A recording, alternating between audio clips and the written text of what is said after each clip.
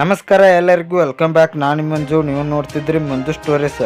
Friends, ಇನ್ನು ನಮ್ಮ RCB ತಂಡ 5ನೇ ಪಂದ್ಯವನ್ನು ನಾಳೆ ರಾಜಸ್ಥಾನ್ ರಾಯಲ್ಸ್ ವಿರುದ್ಧ ಆಡ್ತಾ ಇದೆ. ಈ ಪಂದ್ಯದಲ್ಲಿ ಗೆಲ್ಲಲೇಬೇಕೆಂದು ನಮ್ಮ RCB ತಂಡ ಒಂದು ಮಹತ್ವದ ಬದಲಾವಣೆ ಮಾಡಲಿದೆ. ಯಾಕೆಂದರೆ ಫ್ರೆಂಡ್ಸ್, ಈಗಾಗಲೇ ನಮ್ಮ RCB ತಂಡ 3 ಪಂದ್ಯಗಳನ್ನು ಸೋತಿದೆ. ಅದಕ್ಕಾಗಿ ಈ ಪಂದ್ಯವನ್ನು ಗೆಲ್ಲಲೇಬೇಕೆಂದು ನಮ್ಮ RCB ತಂಡ ತೊಟ್ಟು ಒಂದು ಮಹತ್ವದ ಬದಲಾವಣೆ ಮಾಡಲಿದೆ. ಹಾಗಾದರೆ ಆ ಮಹತ್ವದ ಬದಲಾವಣೆ ಏನು ಅಂತ ನಾನು ನಿಮಗೆ ಈ ವಿಡಿಯೋದಲ್ಲಿ ತಿಳಿಸ್ಕೊಡ್ತೇನೆ. ಅದಕ್ಕಿಂತ ಮುಂಚೆ ನೀವೇನಾದರೂ ನಮ್ಮ ಚಾನಲ್ಗೆ ಹೊಸಬ್ರಾಗಿದ್ದರೆ ತಪ್ಪದೆ ಸಬ್ಸ್ಕ್ರೈಬ್ ಮಾಡಿ, ಹಾಗೆ ಪಕ್ಕದಲ್ಲಿರೋ ಬೆಲ್ ಐಕಾನ್ ಪ್ರೆಸ್ ಮಾಡಿ, ಆಲ್ ಒನ್ ಸೆಲೆಕ್ಟ್ ಮಾಡಿ. ಯಾಕೆಂದರೆ ನಾನು ಯಾವುದೇ ಕ್ರಿಕೆಟ್ ಬಗ್ಗೆ ವಿಡಿಯೋ ಮಾಡಿದರೆ ನಿಮಗೆ ತಕ್ಷಣ ನೋಡ್ಕೊಂಬರ್ತೀವಿ. ಆವಾಗ ನೀವು ವಿಡಿಯೋನ ಮೊದಲಿಗರಾಗಿ ನೋಡ್ಬೋದು.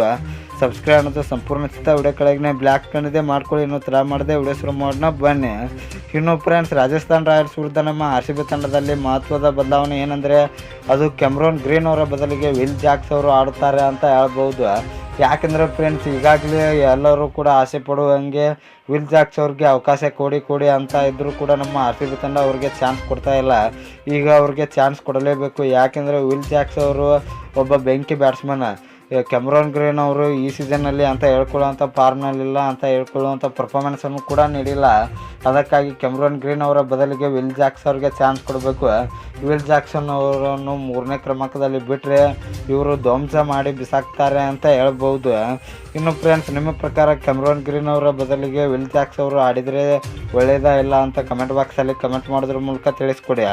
ಇನ್ನು ನಿಮಗೆ ಇದೇ ರೀತಿ ನಮ್ಮ RCB ಮತ್ತು ಕ್ರಿಕೆಟ್ ಬಗ್ಗೆ ಅಪ್ಡೇಟ್ಸ್ ಬೇಕಾದರೆ ನಮ್ಮ ಚಾನಲ್ ಲೈಕ್ ಮಾಡಿ, ಶೇರ್ ಮಾಡಿ, ಸಬ್ಸ್ಕ್ರೈಬ್ ಮಾಡಿ, ಬೆಲ್ ಐಕನ್ ಆನ್ ಮಾಡ್ಕೊಳ್ಳಿ. ಕ್ರಿಕೆಟ್ ಬಗ್ಗೆ ಜಾಸ್ತಿ ಅಪ್ಡೇಟ್ಸ್ ಬರ್ತಾ ಇರುತ್ತೆ, ಅದಕ್ಕೆ ಸಬ್ಸ್ಕ್ರೈಬ್ ಮಾಡ್ಕೊಳ್ಳಿ. ನಮಸ್ಕಾರ ಫ್ರೆಂಡ್ಸ್.